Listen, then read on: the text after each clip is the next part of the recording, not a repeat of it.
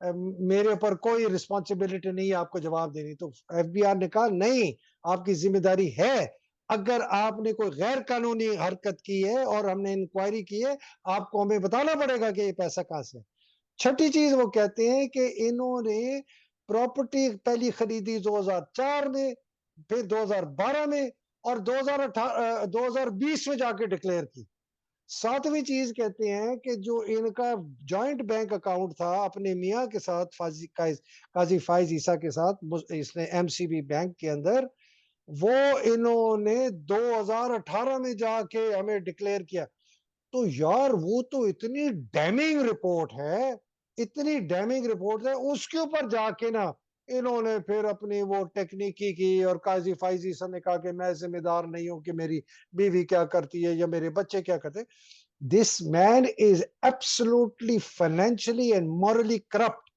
اور یہ حدیبیہ کا کیس جو اس نے ختم کیا اب سب سمجھ آتی ہے. جی اور اس کے خلاف جتنے یہ چارجز ہیں یہ بالکل ٹھیک ہے. اور اس کو دیکھو یار، اس کے خلاف گورنمنٹ نے، پچھلی حکومت جو تھی اس نے ایک فائل کی ہوئی تھی پٹیشن. 1 سال یہ حکومت رہی ہے تقریباً، یہ پی ڈی ایم والوں کی، لٹیروں کی. 1 سال انہوں نے وہ پٹیشن وڈرا نہیں کی. انہوں نے پچھلے ہفتے وڈرا کی جب فائز عیسیٰ نے وہ سو موٹو کا فیصلہ دیا. یس اب آپ اگر ساری چیزیں میچ کریں نا یار سراب، تو دودھ کا دودھ اور پانی کا پانی ہے. یہ بالکل بہت ہی، مجھے تو افسوس ہوتا ہے کہ اس آدمی نے اپنی عزت کو کس طرح گٹر کے اندر بالکل ہی پھینک دیا، ملا دیا.